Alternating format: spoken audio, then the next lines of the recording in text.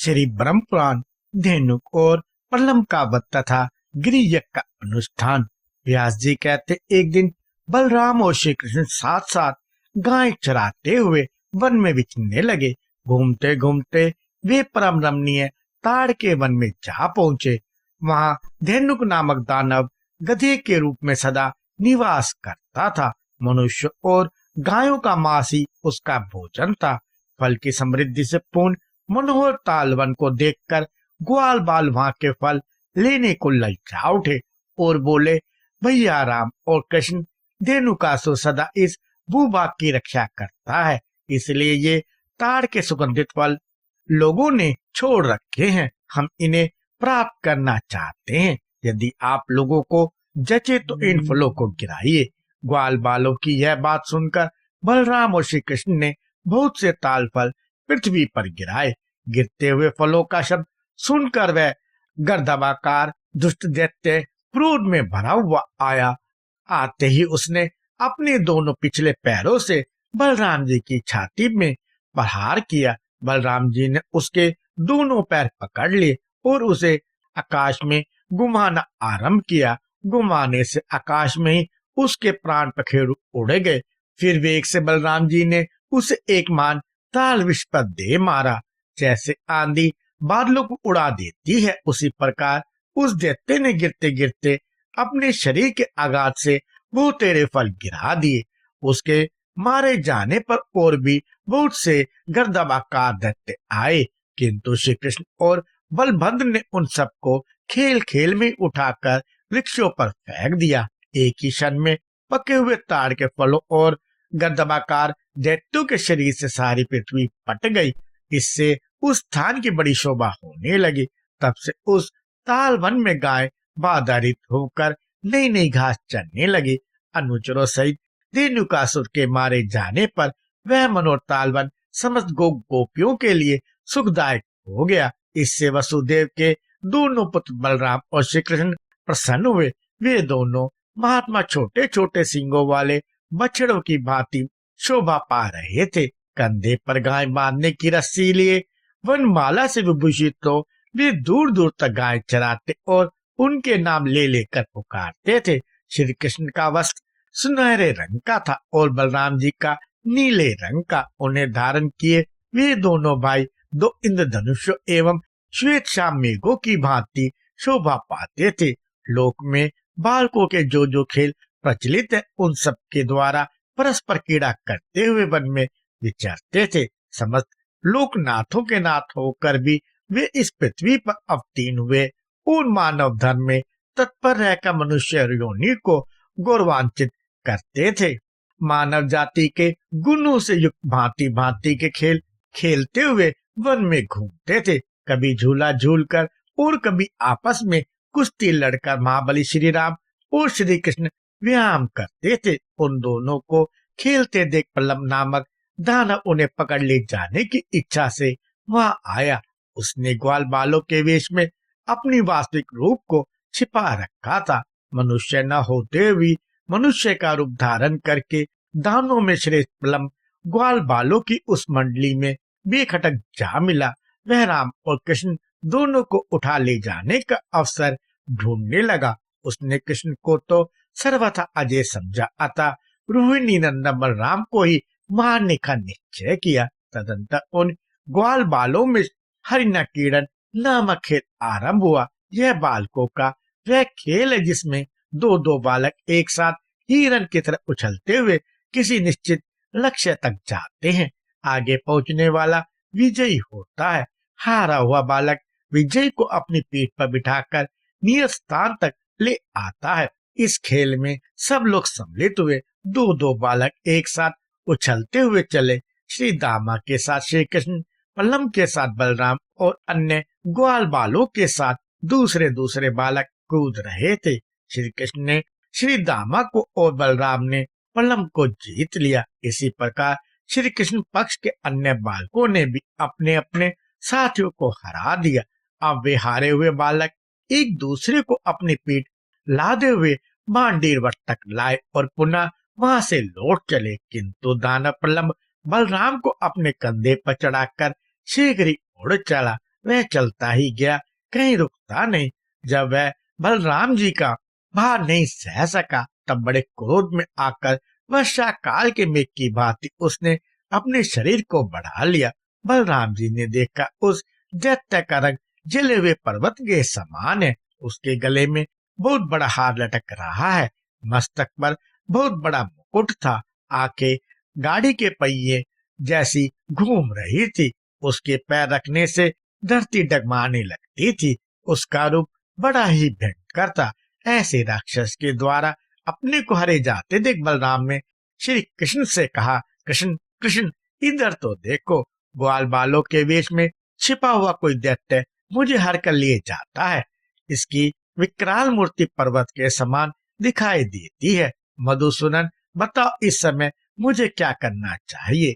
यह दुरात्मा बड़ी उतावली के साथ भागा जाता है। यह सुनकर भगवान श्री कृष्ण के होठ मन मुस्कुराने से खिल उठे। वे रोहिणी नंदन बलराम के बल और पराक्रम को जानते थे, अतः उनसे बोले, सर्वात्म, यह क्या बात है? आप तो स्पष्ट रूप में मनुष्य की सी चेष्टा करने लगे। आप संपूर्ण घूम पदार्थों में घूम से भी घूम है। जरा अपने उस स्वरूप का तो स्मरण कीजिए, जो संपूर्ण जगत का कारण, कारणों का भी पूर्ववर्ती, अद्वितीय आत्मा और प्रलय काल में भी स्थित रहने वाला है। विश्वात्मन, आप और मैं दोनों ही इस संसार के एकमात्र कारण है और पृथ्वी का भार उतारने के लिए यहाँ दो रूपों में प्रकट है। अप्रयात्म, आप अपने स्वरूप को स्मरण कीजिए और इस दानव को मार डालिए। तत्पश्चात मानुष भाव का आश्रय लेकर बंधुजनों का हित कीजिए।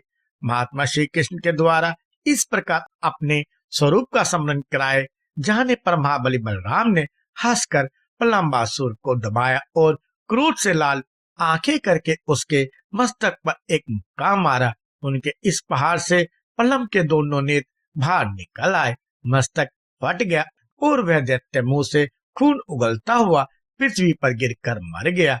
अद्भुत कर्म करने वाले बलराम जी के द्वारा प्रलंब को मारा गया देख ग्वाल बाल बहुत अच्छा हुआ, बहुत अच्छा हुआ कहते हुए उनकी प्रशंसा करने लगे।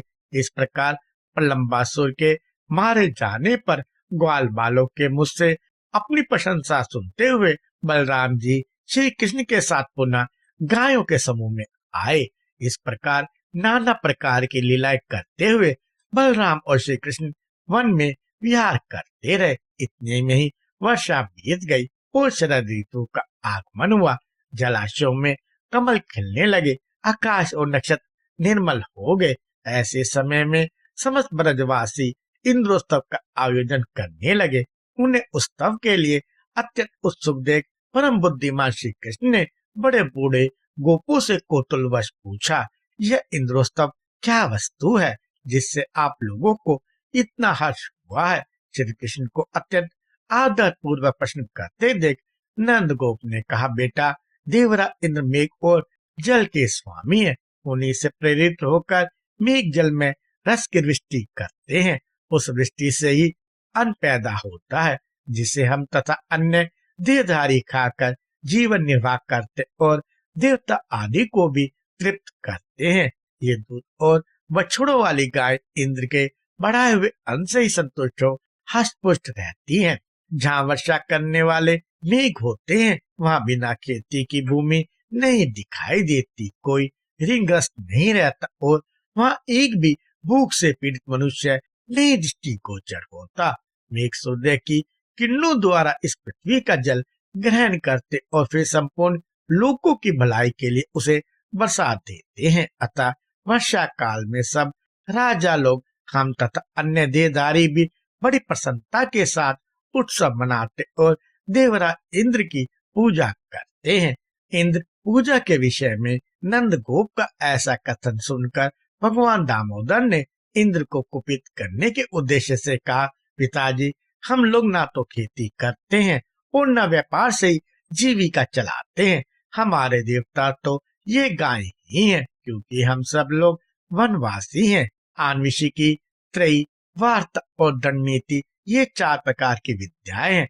इनमें से वार्ता का संबंध हम लोगों से है, अतः उसका वर्णन सुनिए।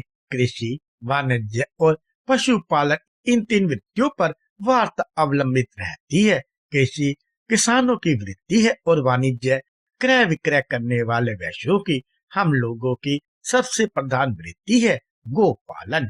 इस प्रकार ये वार्ता के तीन भेद है। उपयुक्त चार विद्याओं से जो जिस विद्या से निर्वाह करता है वह उसके लिए महान देवता है। उसे उसी की पूजा अर्चा करनी चाहिए। वह उसके लिए उपकारक है। जो मनुष्य एक का दिया हुआ फल भोगता और किसी दूसरे की पूजा करता है वह इस लोक या परलोक में कहीं भी कल्याण का भागी नहीं होता। हमारे इस व्रत की तो प्रख्यात सीमाएं हैं, उनका पूजन होना चाहिए। सीमा के भीतर वन है और वन के भीतर संपूर्ण पर्वत है जो हमारे लिए परम आश्रय है। अतः हमें गृहयज्ञ और गोयज्ञ आरंभ करना चाहिए। इंद्र से हमारा क्या लाभ होता है? हमारे लिए तो गाय और गिरिराज ही देवता है। ब्राह्मण मंत्रयुक्त यज्ञ का प्रधानता देते हैं। किसानों के यहाँ शेर यज्ञ, हल पूजन होता है और हम जैसे वन एवं पर्वतों में रहने वाले लोग गृह यज्ञ और गो यज्ञ का अनुष्ठान करें तो उत्तम है।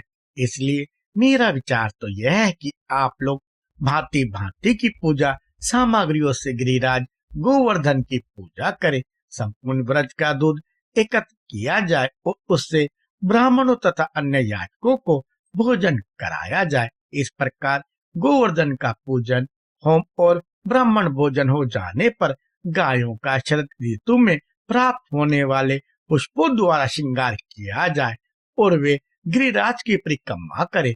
गोपगण, यही मेरी सम्मति है। यदि आप लोग प्रेम पूर्वक यह यज्ञ करेंगे तो इसके द्वारा गाय और गिरिराज गोवर्धन प्रसन्न होंगे। साथ ही मुझे भी बड़ी प्रसन्नता होगी। श्री कृष्ण का यह वचन सुनकर नंद आदि ब्रजवासियों के मुख हास्य से प्रफुल्लित हो उठे। वे बोले, बहुत ठीक बेटा, तुमने जो अपना मत प्रकट किया है वह बहुत सुंदर है। हम लोग वही करेंगे। अब गृह यज्ञ का ही आरंभ किया जाए। यूं कहकर ब्रजवासियों ने गृह यज्ञ का अनुष्ठान किया। गिरिराज गोवर्धन को दही और खीर आदि की बलि चढ़ाई। सैकड़ों हजारों ब्राह्मणों को भोजन कराया। फिर गायों और सांडों की पूजा की गई। उसके द्वारा गिरिराज की परिक्रमा कराई गई। सांड जल से भरे मेघ की भांति गर्जना करते थे। भगवान श्री कृष्ण दूसरे रूप में पर्वत के शिखर पर जा बैठे और मैं ही मूर्तिमान गिरिराज हूँ। यूं कहकर गोपों द्वारा अर्पित किए हुए नाना प्रकार के अन्नों का भोग लगाने लगे तथा अपने कृष्ण रूप से ही गोपों के साथ पर्वत शिखर पर चढ़कर उन्होंने अपने द्वितीय शरीर गिरिराज का पूजन भी किया। तदंतर गिरिराज रूप में प्रकट हुए भगवान अंतर्ध्यान हो गए और गोपगण उनसे मनोवांछित वरदान पाकर गिरि यज्ञ की समाप्ति करके पुनः अपने ब्रज में लौट आए। कृपया लाइक, शेयर और सब्सक्राइब करें।